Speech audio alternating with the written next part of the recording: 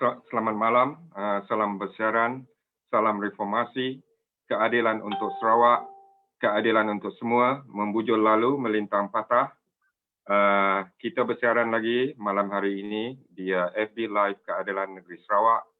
Seperti biasa, saya James Steven selaku moderator anda pada malam ini dan bersiaran daripada Bandar Bintulu. Kita akan bersiaran selama sejam. Harapan saya agar semua sehat-sehat sentiasa dan patuhilah SOP PKP 2.0. Stay home, your home is the safest place for now. Dan di samping itu, kita beristirahat di samping keluarga. Jom bersama saya di FB Live Keadilan Sarawak selama sejam. Sebentar, saya betulkan kita punya ni.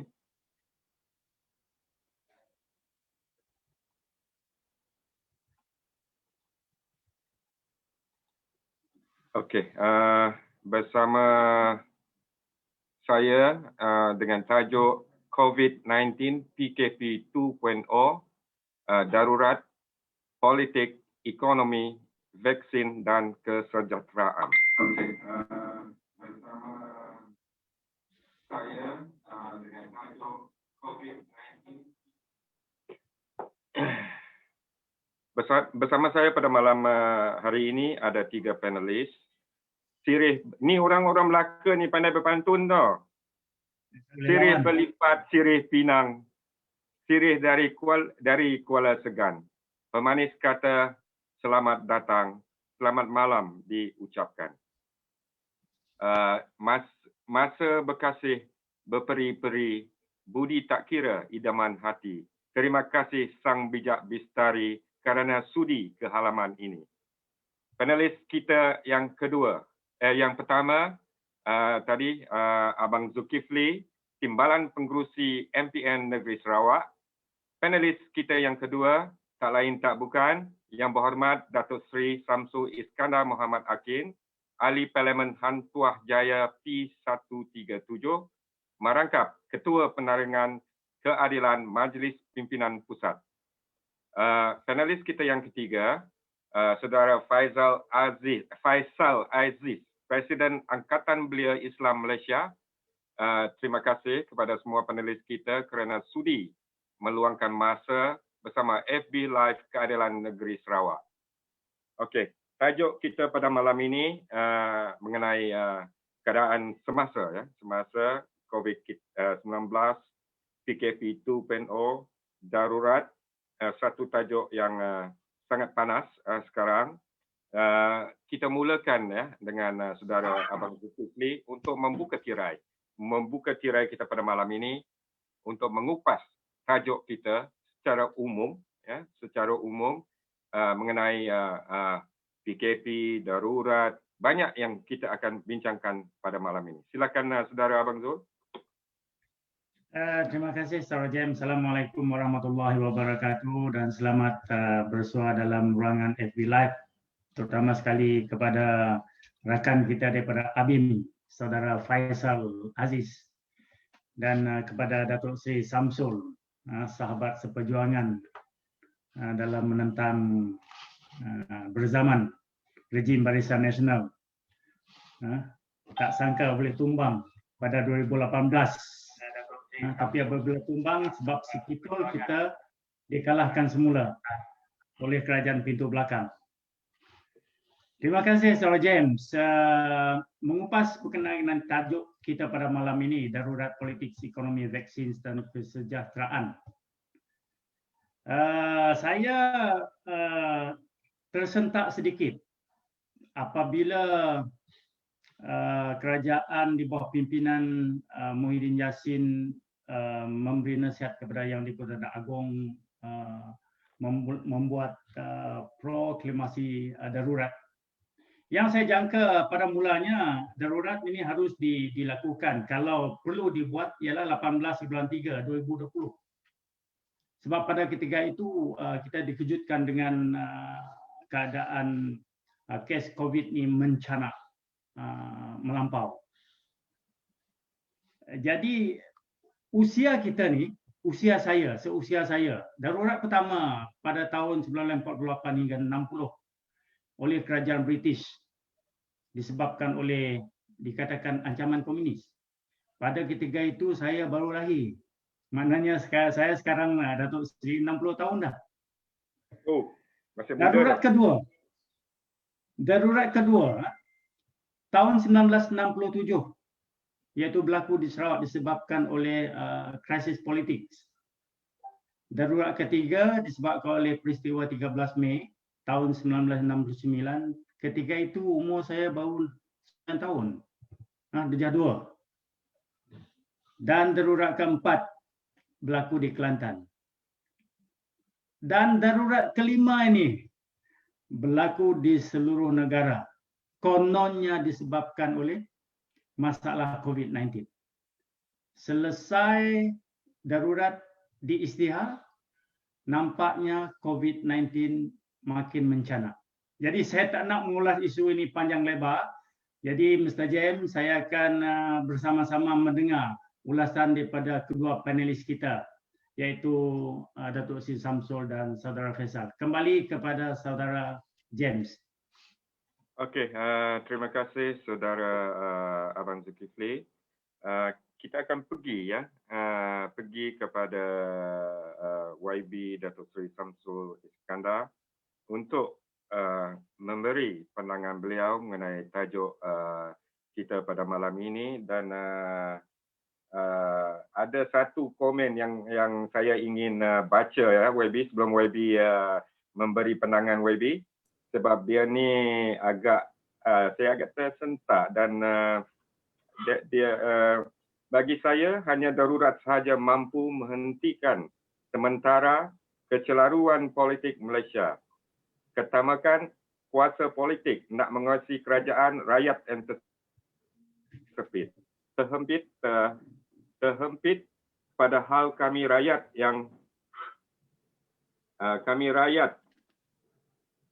memberi gaji semua menteri-menteri. Kerja tak sibuk berpolitik 24 jam. Silakan YB. Rasanya ini daripada Tiong Berkokok. Dia tak letak nama betul dia. Baik. Silakan. Terima kasih Saudara James. Ya, salam. Salam perjuangan. Kita bersiaran kali ini secara live untuk membahaskan isu-isu yang berkait tentang COVID-19 bersama ahli panel Saudara Abang Zul, Saudara Faisal dan seluruh rakan-rakan pendengar yang mengambil bahagian dalam siaran pada malam ini. Saya ucap terima kasih kepada rakan-rakan di Sarawak khususnya dan juga mereka yang memberikan komen, dan kita ini memang daripada Parti Keadilan sentiasa mengambil sikap untuk memberikan penjelasan terhadap rakyat berkaitan dengan isu-isu semasa, apatah lagi kita sekarang berhadapan dengan cabaran yang paling besar, iaitu cabaran pandemik COVID-19 ini. Saya ingin mulakan dengan menjawab persoalan yang dilontarkan daripada mereka yang memberikan komen. Tentulah saya percaya perkara ini sepatutnya dilontarkan kepada Kerajaan Perikatan Nasional. Pada tahun lepas ketika kita berusaha bersungguh-sungguh untuk menangani COVID-19 ini, pada ketika itulah Kerajaan Perikatan Nasional ataupun pada waktu itu Tan Sri Muhyiddin mengambil kesempatan untuk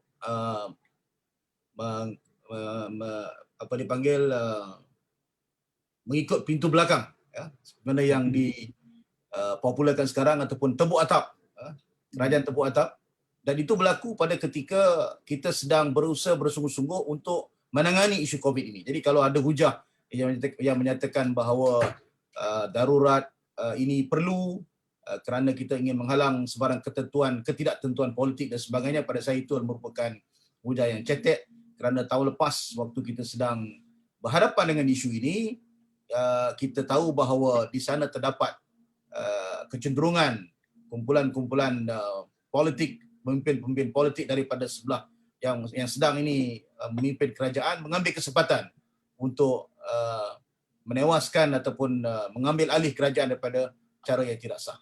Saya mula itu dulu kerana saya ingin jelaskan bahawa kenapa kita menyatakan bahawa darurat ini ataupun perisytiharan darurat ini kita ingin cabar di mahkamah. Kerana ada kalangan yang mengambil kesempatan seolah-olah kita dilihat untuk bercanggah ataupun berbeza pendapat ataupun mencabar Yang di-Pertuan Agong. Ini merupakan fitnah yang pada saya tidak harus kita layan, dan kita semua sedia maklum bahawa dalam kes darurat ini yang kita ingin cabar itu adalah bagaimana parlimen dalam istilah perlembagaannya diprorok ataupun ditangguhkan, ya. Kerana apapun yang berlaku, kita tahu bahawa parlimen merupakan suatu tempat untuk kita membahaskan apa juga isu-isu yang berkait dengan masalah negara, apatah lagi kita berhadapan dengan pandemik COVID-19 ini. Dan saya fikir tidak wajar untuk diprorokkan ataupun tidak wajar untuk Perdana Menteri memberikan nasihat kepada Yang di-Pertuan Agong untuk menangguhkan Dewan ataupun Parlimen ini. Saya masih ingatlah beberapa isu yang kita bangkitkan sewaktu sidang Parlimen yang lepas. Misalnya kita bangkitkan soal vaksin. Kerajaan beritahu vaksin akan mula diberikan kepada rakyat pada bulan 3 kalau tidak silap saya tahun ini. Tetapi kita difahamkan oleh menteri yang diberikan tanggungjawab, vaksin hanya akan diberikan kepada orang ramai the third quarter ataupun penggal ketiga tahun ini. Jadi ia kemungkinan tidak lagi pada bulan 3 tapi mungkin bulan 7 atau bulan 8. Perkara-perkara ini perlu kita bawa di dalam Dewan Rakyat. Begitu juga apabila Datuk Seri Anwar sendiri membangkitkan isu berkaitan dengan siapakah yang mendapat kontrak untuk membekalkan vaksin dan sebagainya. Perkara-perkara ini sewajarnya kerajaan telus, ya. Tidak perlu ada sedikit pun elemen untuk curang ataupun mengambil peluang melakukan rasuah dan juga penyelewengan dalam hal ini. Jadi kita mesti tegas. Perkara-perkara ini sewajarnya kita manfaatkan Dewan Rakyat untuk membahaskan isu-isu yang berkait dengan hal berkaitan COVID-19 ini.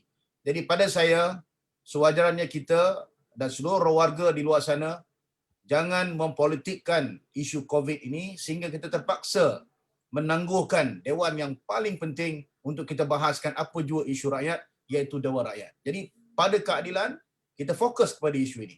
Iaitu kita mahu supaya Dewan Rakyat itu kembali bersidang dan kita bawa semua isu yang berkaitan dengan COVID dan hal-hal yang lain di dalam Dewan Rakyat supaya kita dapat mencari penyelesaian dan jawapan yang tuntas daripada kerajaan. Akhirnya saya ingin tegaskan sebagai prinsipnya bahawa ini kami mendengar perutusan daripada Perdana Menteri yang menyatakan bahawa beliau akan menasihatkan Di-Pertuan Agong untuk membubarkan Dewan Rakyat apabila angka yang terkena dengan COVID ini menurun. Pada saya ini merupakan satu sikap yang tidak bertanggungjawab sama sekali.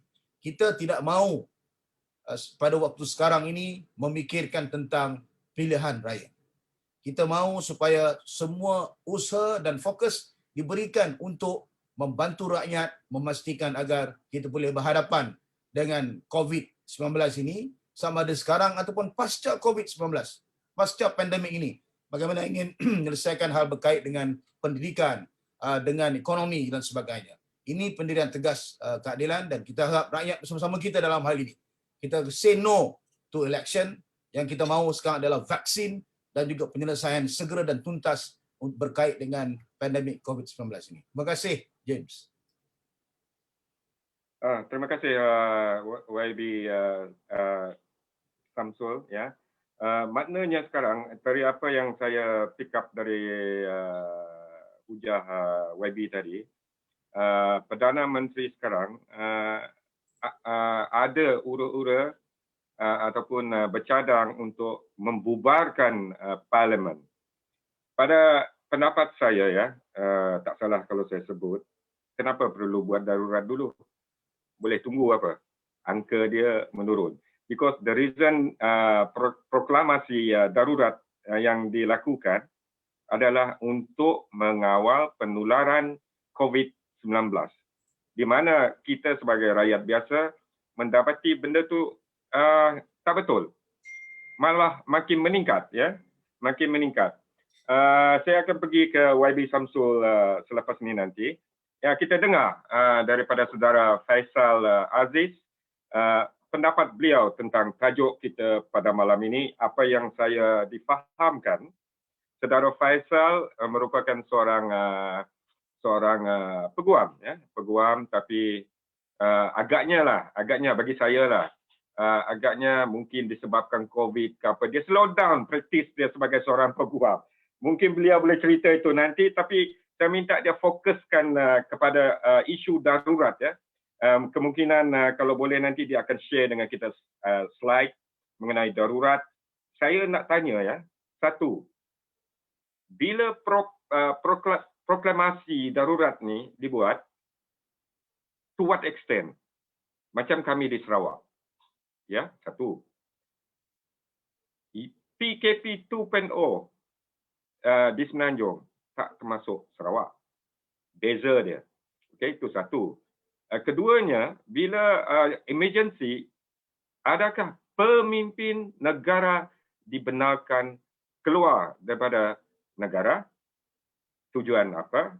Ataupun benda tu boleh ditangguhkan sementara kita menunggu redanya COVID-19. Negara ini tengah dilanda pandemik, tetapi dia boleh keluar. Sebab apa? Perbelanjaan keluar tu satu kos kepada negara kita. Silakan Saudara Faisal Aziz daripada Presiden Angkatan Belia Islam Malaysia. Silakan Saudara. Baik, terima kasih Tuan Jim Stephen, yang saya muliakan Abang Zulkifli, Yang Berhormat Datuk Seri Syamsul Iskandar, Ahli Parlimen Malaysia, dan seluruh sidang pendengar yang saya hormati sekalian. Baik, mungkin kalau saya lihat dari perspektif NGO, sebenarnya kami juga melihat kecelaruan yang berlaku bila mana kita melihat hari ini dengan isu-isu persoalan SOP yang mungkin agak tidak bertepatan dengan masa dan sebagainya, malah terdapat kelonggaran-kelonggaran kecelaruan dari sudut penguatkuasaan dan sebagainya. Dan ini yang boleh saya kongsikan juga mengapa berlakunya suatu tuntutan yang diberikan hashtag kami minta 5. Kalau boleh saya nak kongsi, kami minta 5 ni ialah yang pertama, perintah kawalan yang bersasar dan efektif. Yang kedua, sokongan penuh kepada frontliners. Yang ketiga, moratorium bank penuh secara automatik. Yang ketiga, SOP Majlis Kesempatan Negara MKN secara adil dan sama, dan juga peranti dan data internet kepada pelajar. Ini adalah merupakan suara rakyat yang saya fikir hadir atas sebab kita berada dalam negara yang dilanda krisis.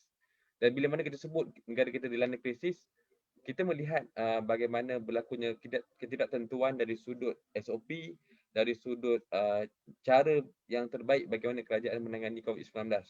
Itu tak termasuk isu-isu sekolah, isu peranti digital, kemiskinan dan sebagainya. Jadi ini akhirnya menimbulkan persoalan kepada kita. Sejauh manakah kesesuaian ataupun sejauh manakah keberhasilan darurat itu diumumkan?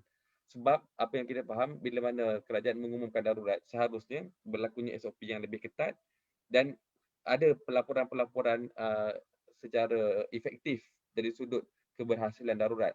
Tetapi kita melihat hari ini apabila darurat itu diumumkan, mungkin di Sarawak tu jumlahnya berbeza, tapi kalau di Semenanjung ini jumlahnya semakin menaik dan SOP-nya juga tidak tentu, malah lebih longgar daripada PKP 1.0.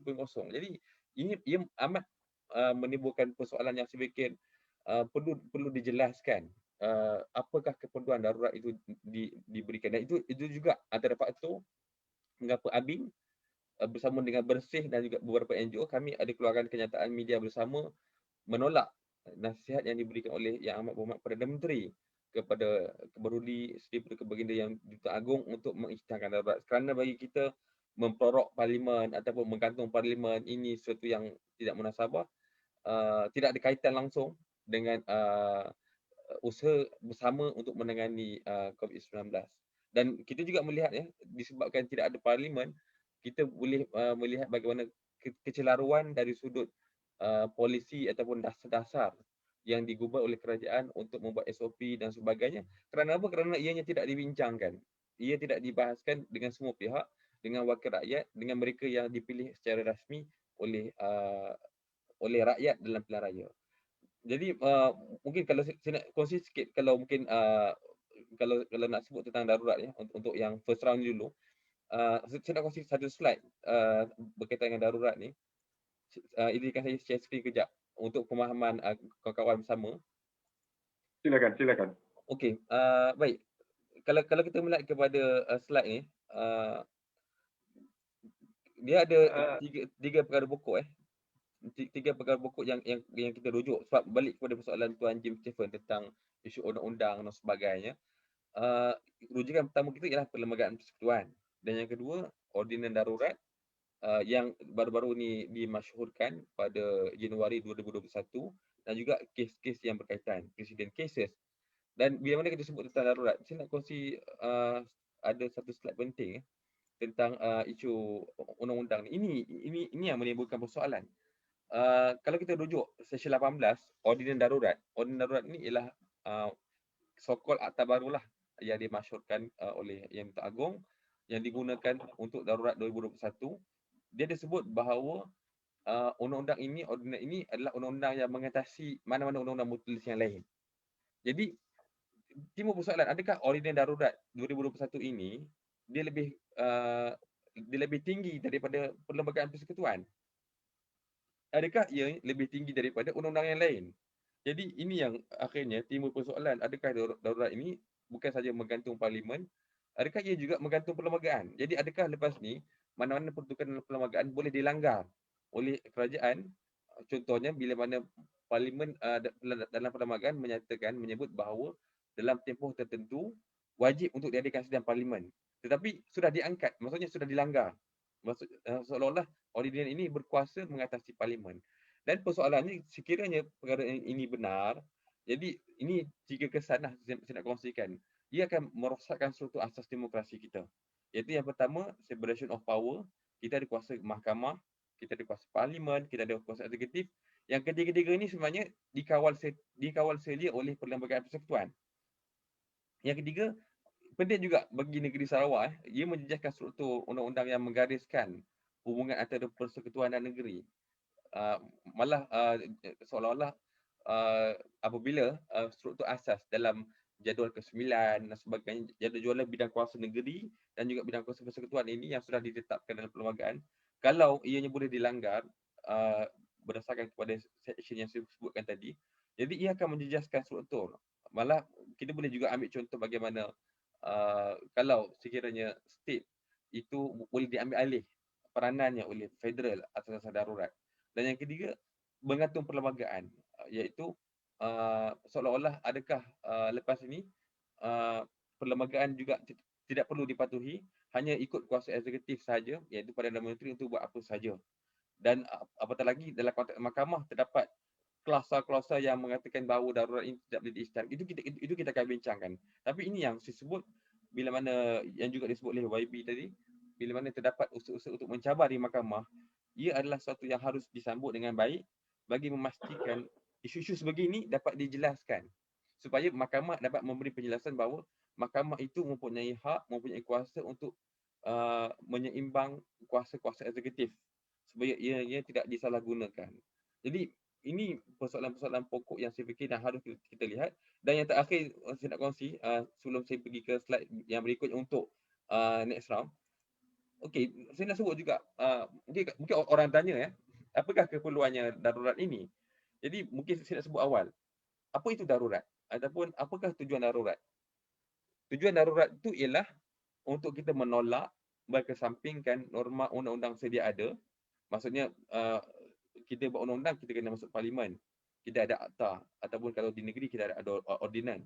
Okey, undang-undang sedia ada ni ditolak ke tepi untuk apa? Untuk menyelesaikan masalah ataupun krisis yang dihadapi yang tidak boleh diselesaikan dengan cara undang-undang sedia ada.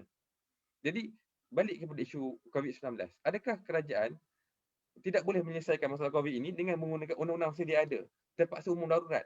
Saya tidak fikir begitu. Kerana apa? Kerana kita sudah ada PKP 1.0.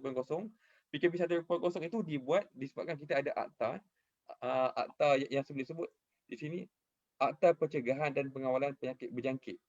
Kita ada akta ini. Akta yang mana yang sudah cukup untuk memastikan rakyat tidak keluar rumah undang-undang boleh dikuatkuasakan kalau melanggar SOP dan sebagainya. Undang-undang sudah ada, sudah cukup, tidak perlu untuk ditolak, malah boleh diperkasakan, boleh diluaskan pelaksanaannya berdasarkan undang-undang sudah ada. Jadi, dan itu juga yang untuk penutup awal, orang mungkin salah faham orang kata negara lain juga umum darurat. Kenapa kita Malaysia tak boleh umum darurat? Kita harus faham di Malaysia dan di negara lain berbeza. Di negara lain tidak ada akta pengawalan dan pencegahan penyakit berjangkit. Mereka nak buat lockdown, mereka kena umum darurat. Di Malaysia ini tak payah umum darurat, kita sudah ada akta pengawalan dan pencegahan penyakit berjangkit. Jadi dengan akta tersebut sudah cukup untuk buat PKP 1.0 dan kita lihat PKP 1.0 cukup efektif. Cuma ianya muncul balik, timbul balik selepas pilihan raya Sabah, dan juga saya fikir boleh dikurangkan semula kalau kita buat PKP 1.0 dengan akta undang-undang sedia ada, tanpa perlu darurat diumumkan. Jadi itu awal saya. Terima kasih. Saya stop screen dulu. Okey, terima kasih Saudara Faisal. Kita pergi ke itu tadi mengenai darurat dari perspektif undang-undang. Ya, saya rasa serba sedikit telah menjawab apa pertanyaan para penonton kita, dan juga saya ingin mengucapkan terima kasih kepada yang menonton hingga saya tak boleh nak sebut kesemua nama mereka. Okey, saya akan pergi ke Saudara Abang Zulkifli, ya. Okey, Saudara Abang Zul, ya, daripada pandangan Saudara Abang Zul, ke mana hala tuju kita sekarang ni dengan ekonomi merundung, politik negara tidak stabil? Apakah yang dengan ekonomi rakyat yang para peniaga yang tak boleh nak berniaga, pasar malam ditutup, pusat-pusat makan ada yang ditutup juga. What is your suggestion and how do we move forward from here? Sebab antaranya Saudara Tiong ada menyebut pasal sekolah. Saya rasa itu cerita lama, ya. Pasal Sarawak dah bayar kepada kerajaan pusat, tapi sekolah tidak juga dibaiki. Dan saya rasa masa tu Abang Zulkifli ada di Semenanjung masa tu, di Kuala Lumpur, sebagai setiausaha, ya, kalau tak silap saya. Silakan komen Saudara Abang Zul.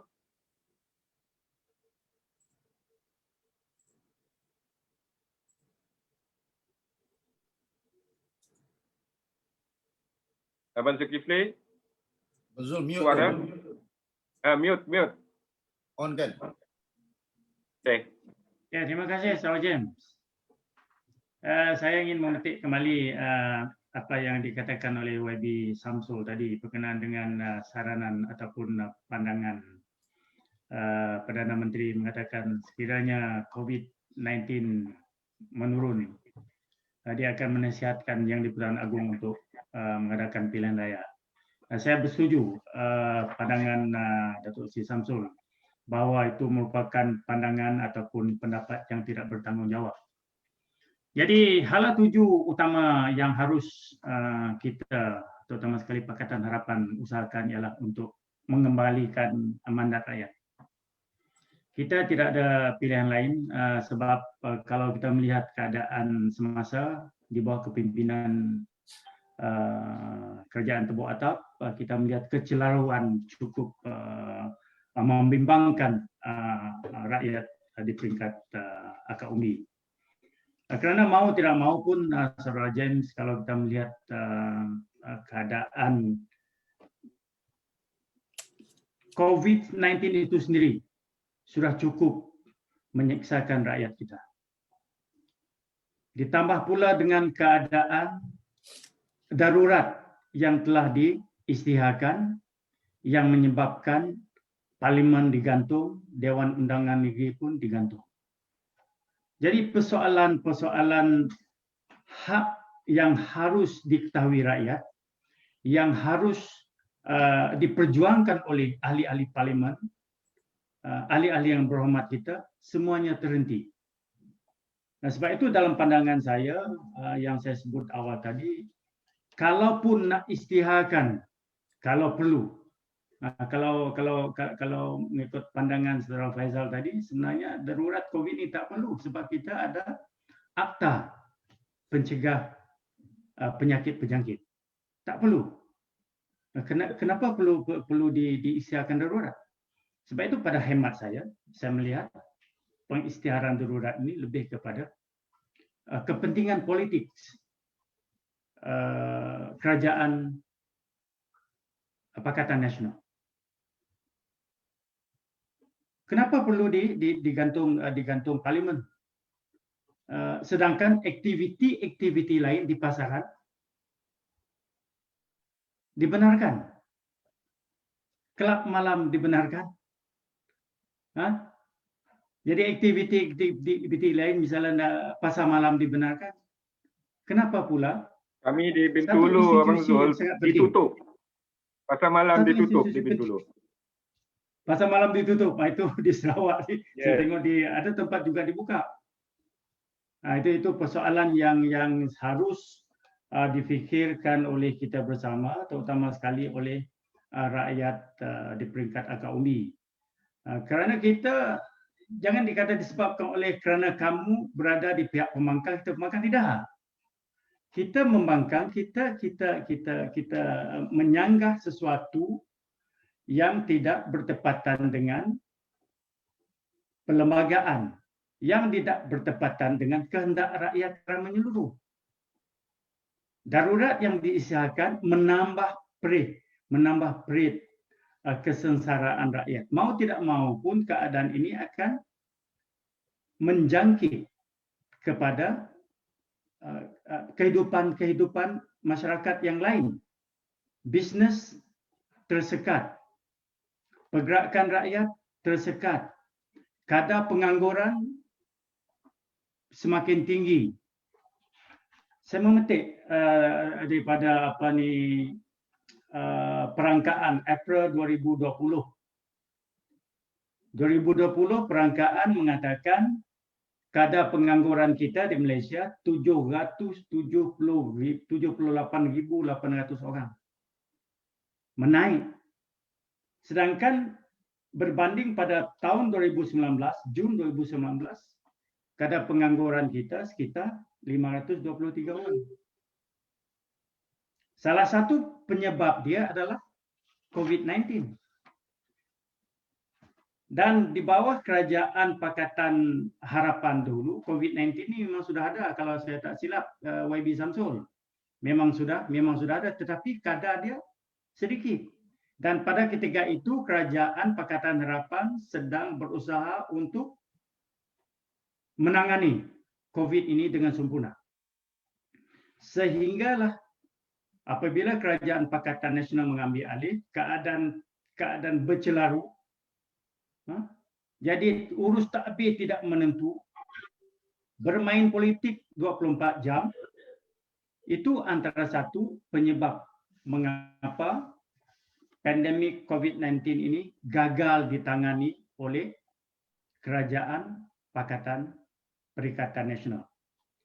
Jadi hala tuju kita, Mr. Jem, Sarah Jem, tidak lain tidak bukan, kita tidak ada pilihan lain selain daripada kerajaan Perikatan Nasional dengan sukarela, dengan berbesar hati harus meletak jawatan dan kembalikan kepada kerajaan Pakatan Harapan yang terbukti pada mulanya menangani COVID-19 ini dengan baik. Jadi Sarah James, saya ingat saya tertarik penjelasan berkenaan dengan undang-undang yang disuarakan, yang diterangkan oleh Saudara Faizal tadi. Jadi saya ingat beri lebih masa kepada Saudara Faizal dan Saudara Datuk Seri Samsul untuk mengupas isu kita pada malam ini. Kembali kepada Saudara Jen. Terima kasih. Okey, terima kasih Saudara Abang Zulkifli. Memang seharusnya tujuan saya menjemput YB Datuk Seri Samsul Iskandar adalah untuk antara satu menerangkan kita di Sarawak dan mengenai apa yang berlaku di Semenanjung pasal kerajaan kita sekarang untuk supaya kita mendapat informasi yang terkini. Begitu juga saya menjemput Saudara Faisal supaya kita tahu undang-undang pasal darurat. Apa sebenarnya darurat yang diproklamasikan oleh yang recently itu. Jadi terima kasih saudara Swadi Mushidi, saya rasa ketua cabang Kota Semerahan. Usaha dilayan dia tu saudara Swadi. Kemungkinan di dalam antara penonton kita tu ada daripada JCOM ataupun Cai GPS, sebab rasanya duit pun dah keluar dah untuk mereka, para cyber trooper ya. So kita usah layan pendapat-pendapat negatif daripada orang yang memberi komen di mana gambar pun tak pakai, nama betul pun tak ada. Okey, terima kasih saudara Swadi Mushidi. Jadi saya pergi ke Yang Berhormat Datuk Seri Samsul Iskandar untuk menyambung di mana beliau tadi berhenti. Kita ingin mendengar hujah-hujah beliau pasal tajuk kita pada malam ini.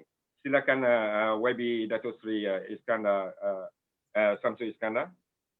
Ya, terima kasih James. Saya percaya tadi kita telah pun menyentuh berkait dengan darurat dan agak panjang lebar diberikan penjelasan berkait dengan undang-undang dan keperluan diadakan darurat.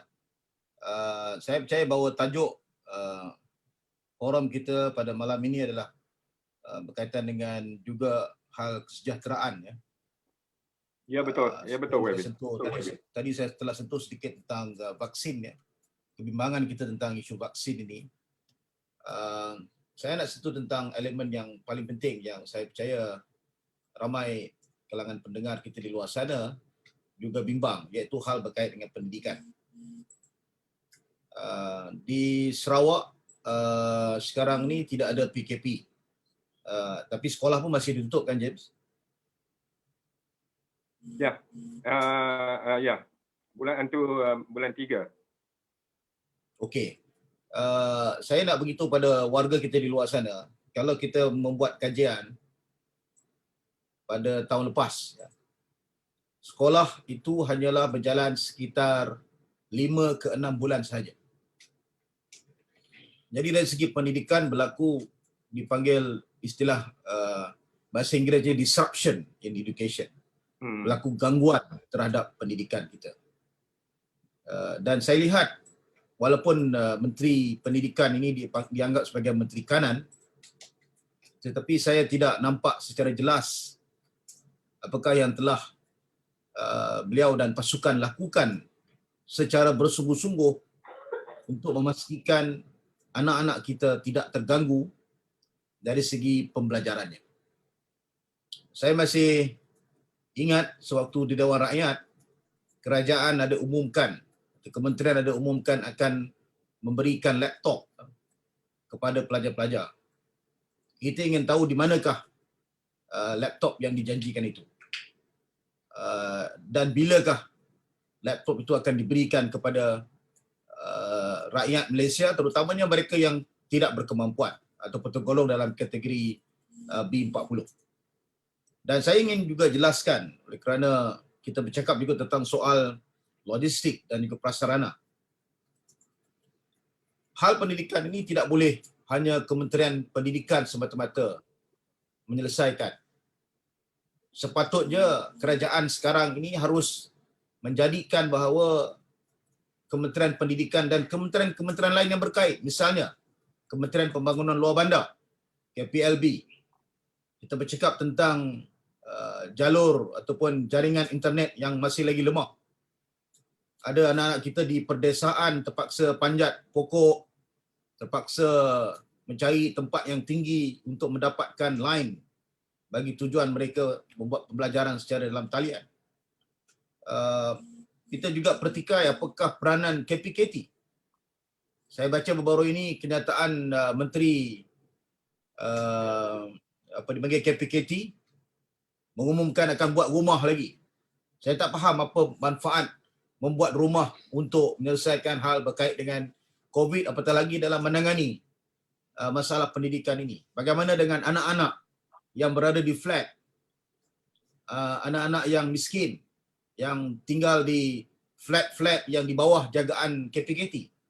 Apakah mereka ini dipastikan akan dapat akan lalui sistem pembelajaran yang baik, yang mana ianya sewajarnya dilakukan secara bersungguh-sungguh oleh Kementerian KPKT ini.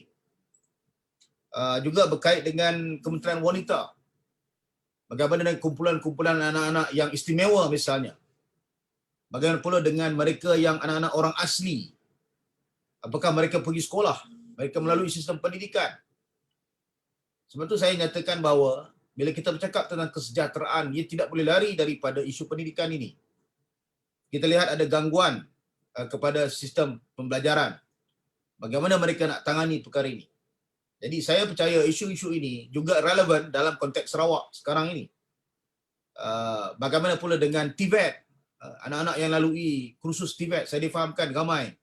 Banyak syarikat-syarikat yang telah pun mengambil sikap untuk keluar dan berhijrah ke negara lain untuk tidak melakukan program-program twin dalam hal berkait dengan vocational dan kemahiran ini. Ini perkara-perkara yang serius ya, yang tidak boleh hanya dikendalikan oleh Menteri Pendidikan, dan saya tidak nampak kepimpinan Menteri Kanan Pendidikan di dalam hal ini. Ia sepatutnya memandu, memimpin agensi-agensi kesemuanya untuk memastikan apa jua yang berkait dengan pendidikan tidak akan terjejas dengan teruk dalam kita menangani COVID-19 ini. Jadi pada saya ini sewajarnya didebatkan secara terbuka oleh rakyat di luar sana. Saya percaya juga dalam politik tidak ada batas, di dalam pendidikan ni tidak ada batasan politik atau parti-parti politik. Semua kita mahukan anak-anak kita lalui sistem pembelajaran yang baik, pendidikan yang baik. Jadi saya lontarkan ini supaya rakan-rakan di Sarawak juga dapat mengamati perkara ini dengan lebih baik, kerana kita pun tahu keadaan tempat di Sarawak dan sebagainya terdapat pelbagai cabaran, apatah lagi dalam konteks konektiviti ataupun jaringan internet dan sebagainya, bagaimana nasib mereka di sana. Jadi perkara-perkara ini saya percaya perlu ditangani dengan segera, dan kita desak kerajaan yang mempunyai barisan kabinet yang besar ini untuk tidak lagi bekerja in silo. Mereka harus bekerja sebagai satu pasukan dalam hal yang berkait dengan pendidikan ini. Okey James, kembali ke Sarawak. Okey, terima kasih YB Samsul Iskandar. Saya sangat tertarik ya dengan apa yang disebutkan oleh YB tadi mengenai laptop, mana pergi laptop, dan dari segi internet memang kita menghadapi kekangan selagi internet kita sepatutnya saya rasa pertengahan bulan Februari internet kita akan mulai laju, itu janji GPS, tapi sampai sekarang ni pun saya tengah menghadapi masalah internet. Sebenarnya WB tersekat-sekat di laptop saya, tapi di telefon ataupun telefon pintar ia agak lancar, tetapi di laptop saya dia terputus. Ini baru bual bicara yang kita hadapi. Bayangkan ya, kalau yang melibatkan pembelajaran di talian. Ya. Anak-anak kita, ya. Ya, Babi. Jadi, adakah benda tu betul-betul anak-anak kita dapat menerima pembelajaran di talian ataupun melalui TV? Apa yang saya rasa kalau ada di rumah, kalau anak-anak kurang disiplin, memang dia takkan menjadi. Saya memang macam tu lah, bila dah bosan dah start lah dia main benda lain daripada dia tengok tu dia main game. Itulah dia. Dan saya ada berjalan di sekitar kawasan di Bintulu ya. Kebanyakan ibu bapa tak mampu nak mengadakan laptop untuk anak-anak mereka. Itu satu hal. Yang keduanya dari segi internet. Internet dia perlu beli kredit. Ya, nak beli kredit, nak beli telefon, nak beli laptop. Dah pun tak ada kerja. Ya. So terima kasih YB, satu penerangan bagi saya boleh terima ya. Memang sewajarnya kita menyelesaikan masalah ini dengan secara segera. Saya pergi ke saudara Faisal ya. Mungkin beliau seperti yang disebutkan beliau tadi, dia akan menggunakan slide yang ada pada beliau untuk menerangkan kita lebih dari perspektif undang-undang pasal darurat. Okey, terima kasih. Silakan saudara Faisal. Terima kasih Tuan Jim. Yang pertama saya fikir sebelum pergi ke darurat dan sebagainya, bila juga disebut tentang kesejahteraan, saya fikir ada dua perkara pokok yang kerajaan perlu melihat secara serius. Iaitu yang pertama tadi yang juga disebut oleh YB tentang pendidikan. Nak tak nak kerajaan harus kemukakan alternatif apakah dasar apakah resetting dasar pendidikan kita pasca COVID-19. So hari ini dengan kecelaruan yang berlaku, miskin digital dan sebagainya, kita perlukan apa polisi konkret dalam konteks resetting dasar pendidikan supaya kita boleh melihat ke depan pasca COVID-19 norma baru. Dan yang kedua, mungkin nanti saya akan sentuh juga isu COVID ni sudah pasti dia ada kaitan dengan isu climate change ataupun isu alam sekitar yang mana ada perkaitannya, iaitu yang kita akan kongsikan juga isu zoonotic disease ataupun penyakit-penyakit yang datang daripada haiwan liar yang juga dia ada sangkut paut dengan pembalakan dan sebagainya, yang mana ia adalah sesuatu yang amat membimbangkan.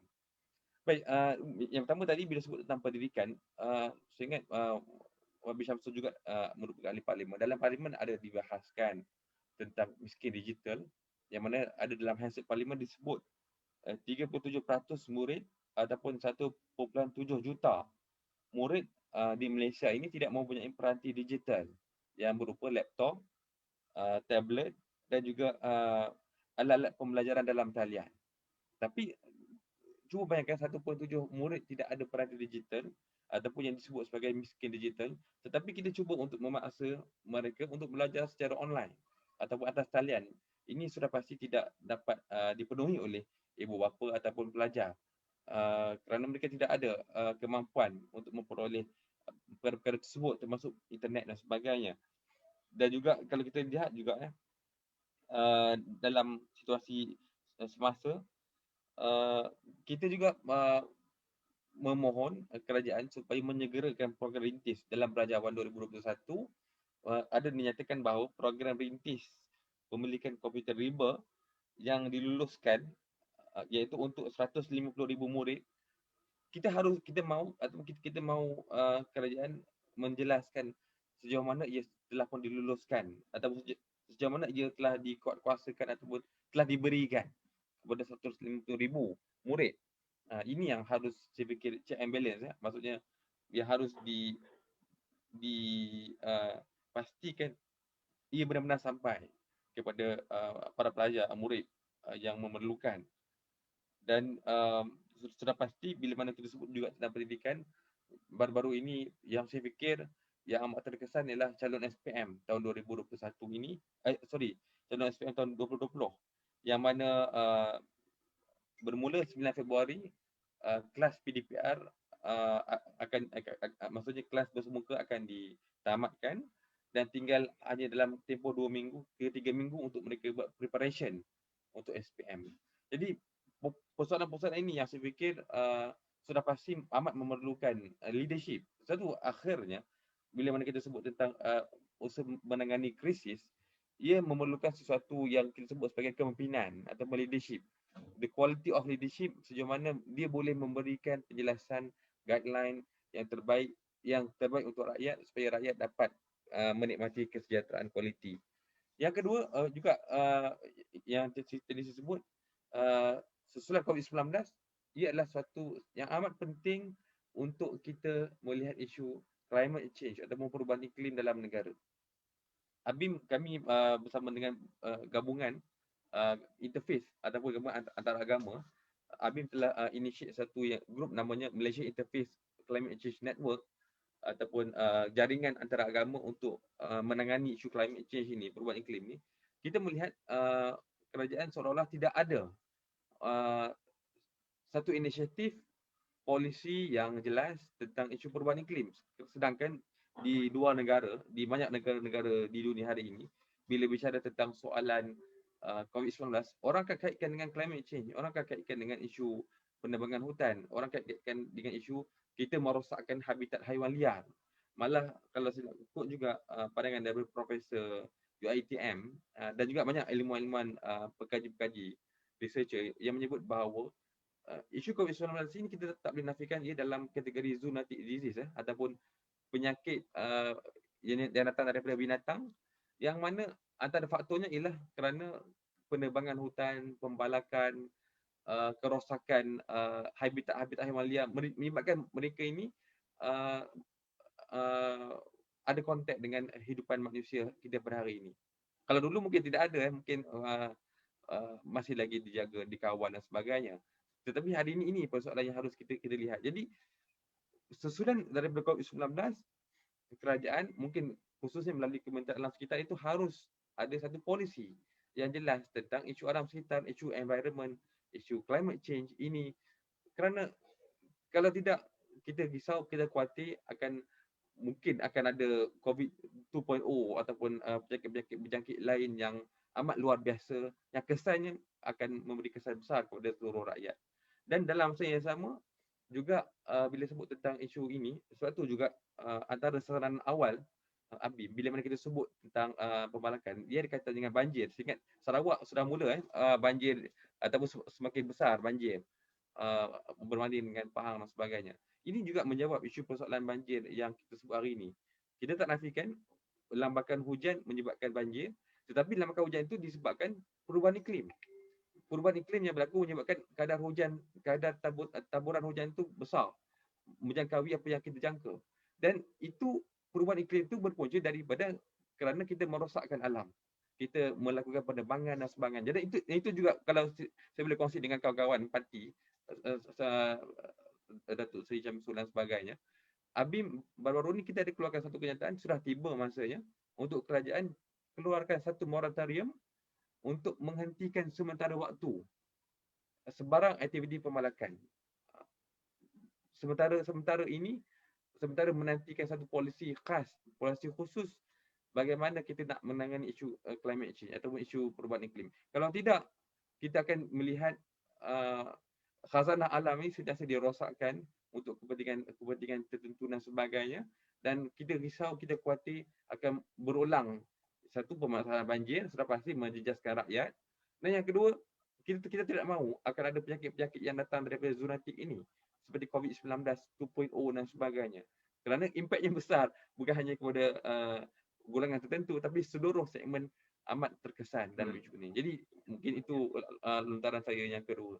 Terima kasih Tuan Jeff Jefferson. Okey, satu ulasan yang panjang. Terima kasih Saudara Faisal. Untuk for information I'm having problem with the internet right now. My screen is blank. Tak ada talian, cuma I depend on apa yang saya lihat di telefon pintar depan saya. Mengenai masalah kami di Sarawak sekarang ni dengan banjirnya, dengan COVID-19, and Bintulu at current is still under red zone. Ibarat kata orang dah jatuh di timpa tangga. Jadi kita harus dengan itu kami di pihak MPN Negeri Sarawak melancarkan kempen Solidarity untuk Sarawak, iaitu merupakan tabung ataupun bantuan kepada bencana banjir dan COVID-19 di negeri Sarawak. Dan kita dah keluarkan video, dan saya rasa di gambar saya tu ada CIMB Bank dan account number semua tu. Bantulah saudara-saudara kita di negeri Sarawak. Jadi sebelum kita pergi ke Abang Zulkifli, saya ingin minta dengan Saudara Faisal, mungkin kata-kata akhir, sebab apa kita hampir kudara dalam sejam lah. Silakan Saudara Faisal untuk pesanan akhir. Baik, pesanan akhir, saya mohon rakyat khususnya untuk tabah. Maksudnya, ya kita faham kita semua dalam keadaan krisis, semua krisis lah. Dan juga kita juga mohon dalam ketabahan itu kita harus berterusan menjadi kumpulan pendesak. Kita harus mendesak supaya kerajaan benar-benar serius untuk menangani COVID-19, termasuk dalam isu-isu yang tadi kita sebut, SOP yang tidak sama dan sebagainya. Peranti digital itu harus diberikan segera. Katanya sudah diluluskan, tapi kita menanti sejauh mana ia diberikan sepenuhnya kepada yang disasarkan. Dan juga dalam masa yang sama, saya fikir aktiviti-aktiviti sebegini anjuran PKR Sarawak dan juga anjuran mana-mana pihak tentang isu bencana, isu COVID, isu kesejahteraan harus diteruskan. Walaupun dengan atas talian. Kerana apa? Kerana kita mahu rakyat disedarkan tentang isu ini. Rakyat harus tahu tanggungjawab peranan hak mereka khususnya dalam isu darurat ini. Dan juga saya dah sentuh sikit, dan dalam masa sama kita harus matang menerima perbezaan pendapat. Malah juga yang tadi disebut bila mana kita bawa isu darurat ini, bila ABIM mengeluarkan kenyataan tidak bersetuju dengan darurat, kita tidak boleh menyimpulkan dengan mudah bahawa ABIM mengkhianati Yang di-Pertuan Agong. Kita harus faham dalam perlembagaan disebut yang utama itulah proklamasi darurat. Dalam perlembagaan tidak sebut yang utama itu ialah nasihat PM kepada Yang di-Pertuan Agong. Malah saya nak kongsi juga yang terakhir sekali, minta maaf, dalam kes satu kes Teng Cempoh disebut bahawa darurat boleh dicabar iaitu dengan mencabar nasihat Perdana Menteri dan anggota kabinet kepada Yang di-Pertuan Agong. Cabaran itu valid. Kita bukan mencabar Agong, tapi mencabar nasihat yang diberikan oleh Perdana Menteri kepada Yang di-Pertuan Agong. Ini kes undang-undang dalam negara iaitu namanya Teng Cempoh. Jadi kita harus matang. Undang-undang ni adalah sifatnya evolve. Jadi dengan undang-undang, dengan mahkamah, ini saluran yang sah akan memberi kematangan kepada undang-undang kita. Terima kasih sekali lagi kepada PKR Sarawak kerana menjemput saya dan ABIM untuk bersama. Terima kasih Saudara Faisal. Saya yang patutnya berterima kasih kerana kesudian dan mengambil masa Saudara Faisal untuk bersama kita di rancangan FB Live Keadilan Sarawak. Memang betul apa yang Saudara Faisal cakap dan juga pesanan beliau di mana beliau minta kita sebagai rakyat untuk bersabar, bersabar menghadapi semua yang kita hadapi sekarang. Jadi kalau nak sebut pasal dahaka ni, saya rasa YB Samsul Iskandar yang layak untuk menjawab. Jadi YB Datuk Seri Samsul Iskandar, silakan dengan komen-komen ataupun ulasan-ulasan terakhir dan pesanan kepada kami di masyarakat ataupun rakyat di negeri Sarawak. Silakan YB Datuk Seri Samsul Iskandar. Terima kasih, James. Datuk Seri, tunggu sekejap. Okey. Mungkin your first point, saya nak minta jelaskan sedikit berkenaan dengan masalah vaksin kita ni. Ya. Kenapa YB Khairi diminta sedangkan YB daripada Kementerian Kesihatan sendiri ada? Can you please buat penjelasan sedikit? Yalah, terima kasih Abang Zul. Pencerahan yang baik. Sebab tu sekarang ni orang buat joke SOP, semua orang pening. Saya fikir mereka punya alasan tersendiri, tetapi kita tahu bahawa dalam hal ini sebenarnya yang dinyatakan peringkat awal tadi yang paling penting, yang paling segera, yang kita rasa malu dengan negara-negara jiran Singapura telah pun mulakan vaksin, Indonesia sudah mulakan vaksin.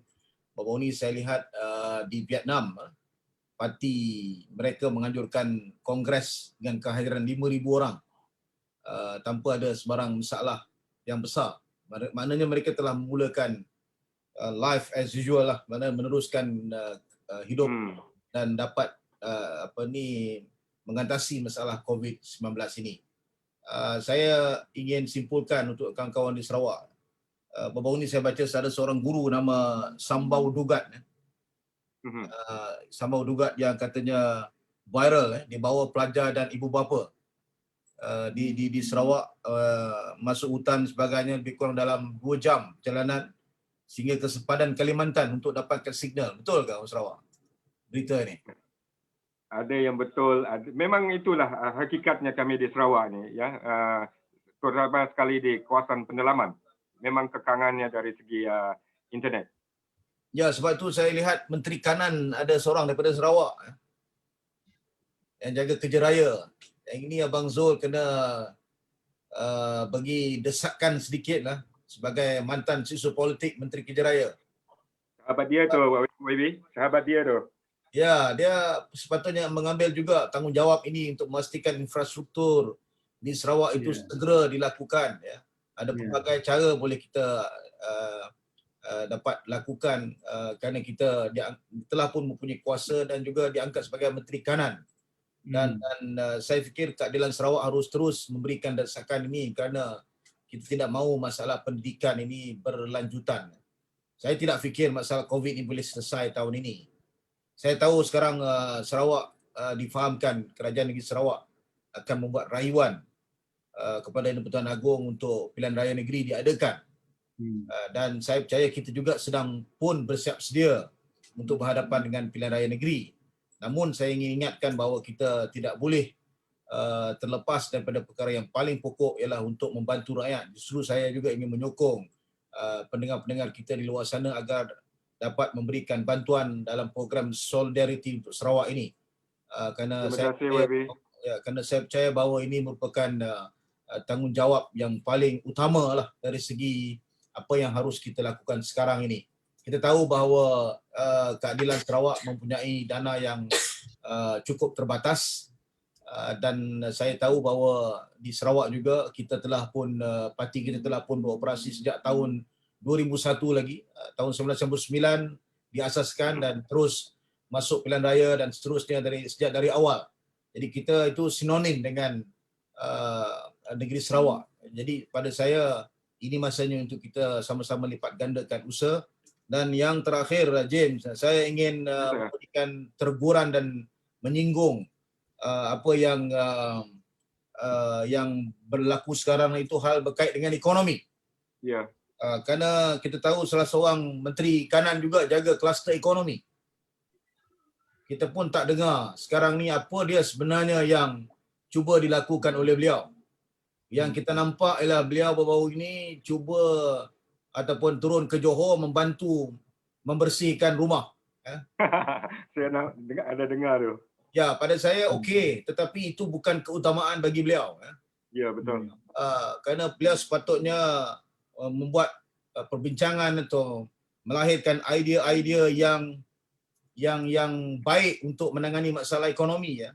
Misalnya kalau kita tengok di Indonesia, jiran kita, Menteri Perdagangan dia, Muhammad Lutfi, baru-baru ini difahamkan meluncurkan platform dagang digital Indonesia Store atau IDN Store untuk ekspor produk-produk.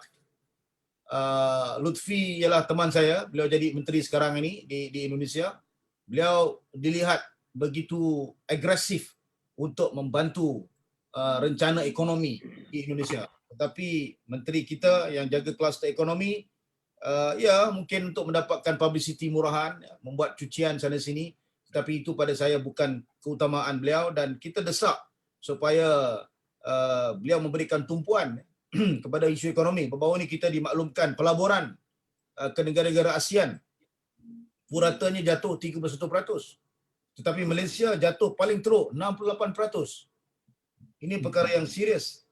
Dan sudah pastilah yang kita harapkan kerajaan memberikan tumpuan untuk mengemukakan apakah dia strategi dan langkah yang kita boleh lakukan untuk menangani masalah ekonomi ini. Saya ingin cadangkan oleh kerana forum-forum yang terbuka, jangan setiap hari kita lihat hanya Menteri Kanan Pertahanan saja keluar membacakan report data-data. Kita mahu dia dah jadi reporter, YB. Ya, kita mahu juga Menteri Kanan Pendidikan, Menteri Kanan Ekonomi untuk keluar setiap hari dan membentangkan apa rencana dan agenda dan perancangan mereka. Kita tidak boleh hanya biar Menteri Kanan Pertahanan membacakan data-data. This is not how the government works. Kita mesti tunjukkan apa yang sedang dan akan kita lakukan supaya rakyat tahu dan bersiap sedia. Ini masa yang paling baik untuk mereka bentangkan. Tetapi saya tahu kerajaan hari ini lemah. Apakan daya, kita sedang berusaha bersungguh-sungguh untuk mengembalikan semula mandat rakyat tanpa kita hilang fokus untuk terus memberikan desakan-desakan dan idea-idea yang lebih baik agar rakyat dapat bersama-sama dengan kita. Dan saya ingin tutup dengan memberikan sokongan penuh pada kawan-kawan di Sarawak dalam usaha mereka berterusan untuk memberikan mesej dan juga maklumat kepada rakyat di Sarawak. Dan saya bersama-sama dengan Saudara Faisal, secara rasminya saya juga ingin memberikan sokongan pada kempen kawan-kawan kita lah yang kata kita mahu 5 perkara ini. Saya baca dan teliti kandungan mereka, nampak bagus, dan tentulah sebagai sebahagian daripada wakil rakyat yang mewakili rakyat di kawasan Hang Tuah Jaya, Melaka ini, kami memberikan sokongan kepada apa juga usaha murni yang dilakukan oleh rakyat di luar sana untuk bersama-sama kita berhadapan dengan pandemik COVID-19 ini. Terima kasih. Terima kasih YB Samsul Iskandar pasal sokongan yang saudara Faisal dan YB sendiri kepada keadilan negeri Sarawak. Yang lain pasal betul apa yang disebutkan oleh YB tadi, sepatutnya kita dah ada satu plan, rangka langkah maju ke depan dikala kita menghadapi pandemik COVID-19, bukannya membuat kerja amal. Yang kerja amal tu boleh kita bagi ke orang lain. Dari segi ekonomi, kalau Menteri Ekonomi dah buat kerja amal, siapa yang nak jaga ekonomi? Sedangkan ekonomi kita tengah tenat. Satu. Yang keduanya, Menteri Kanan dah jadi pembaca berita. Ya. So sepatutnya dia boleh bagilah Tan Sri, with all due respect, Tan Sri Hashim untuk menjalankan tugas beliau. Right?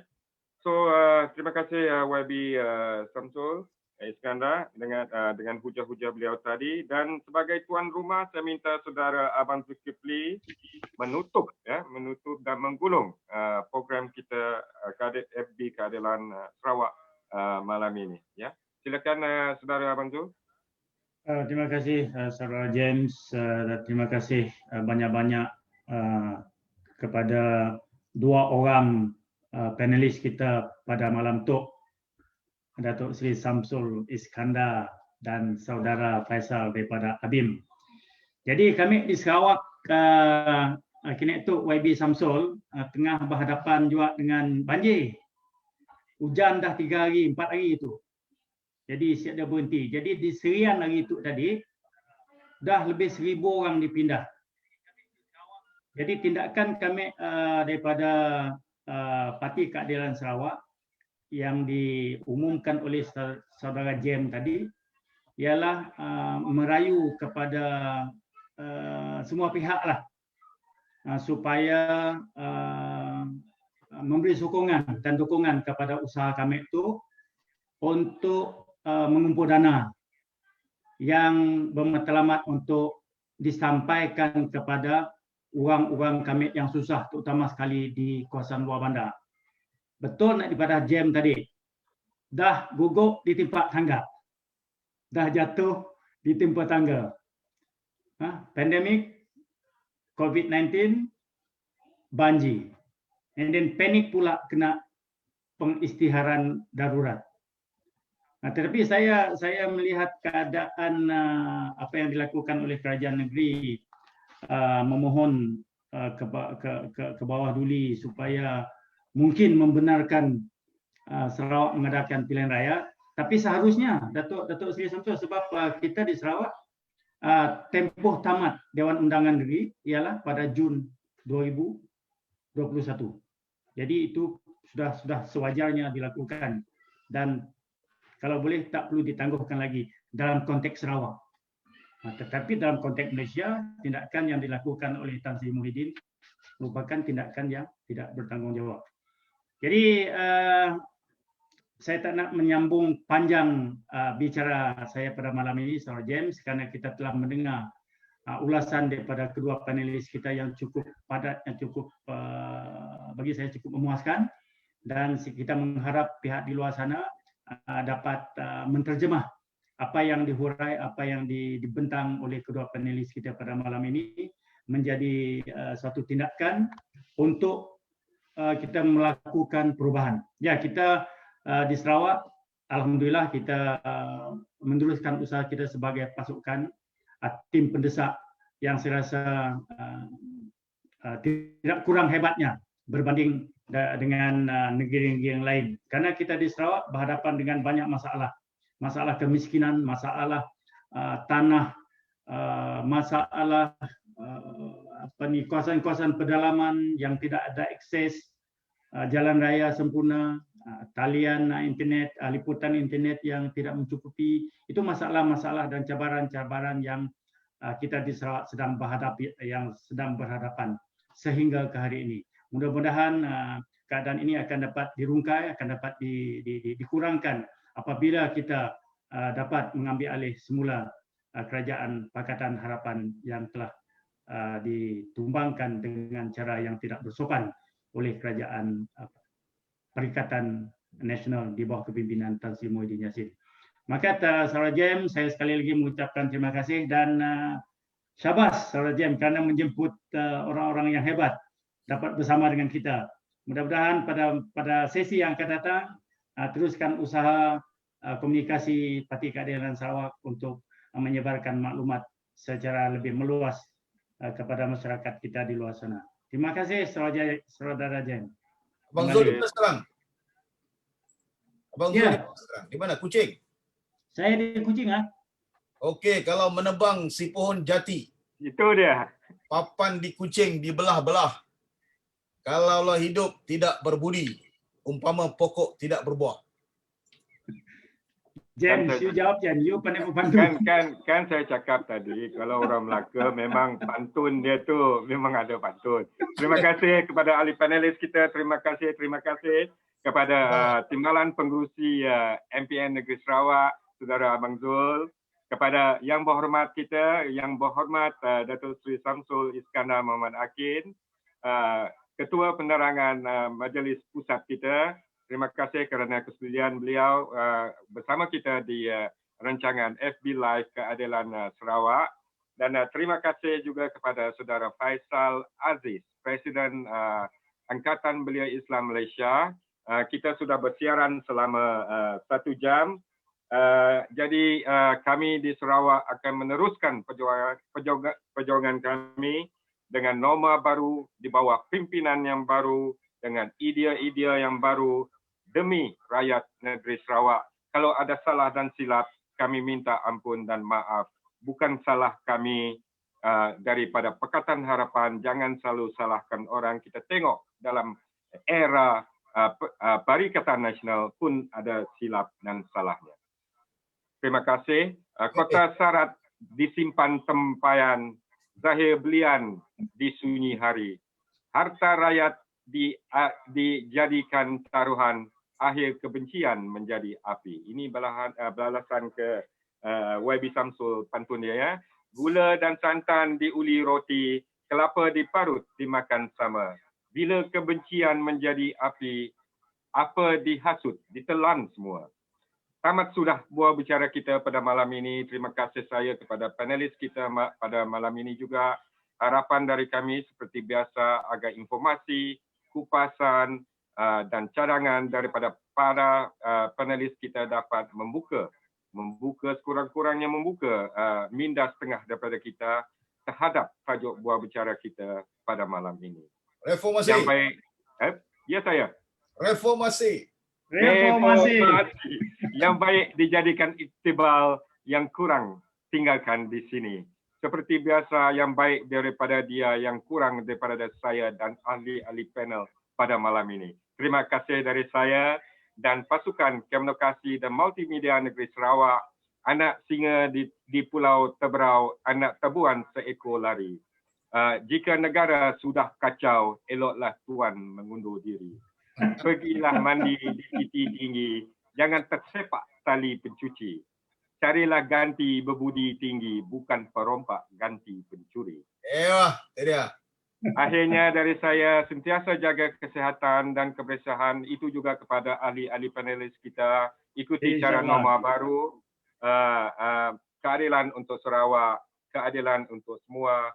Salam reformasi, lawan tetap lawan sampai menang. Selamat malam dari saya dan terima kasih dari saya juga. Selamat malam. Selamat malam, sama-sama. Terima kasih semua. Thank you Webi, thank you Faisal, thank you Abang Zul. I have to off because kita punya lock. Thank you. See you Thank then. you. Oh, Okay, see you Faisal. again. Bye bye. Terima kasih Webi. Alright. Bye.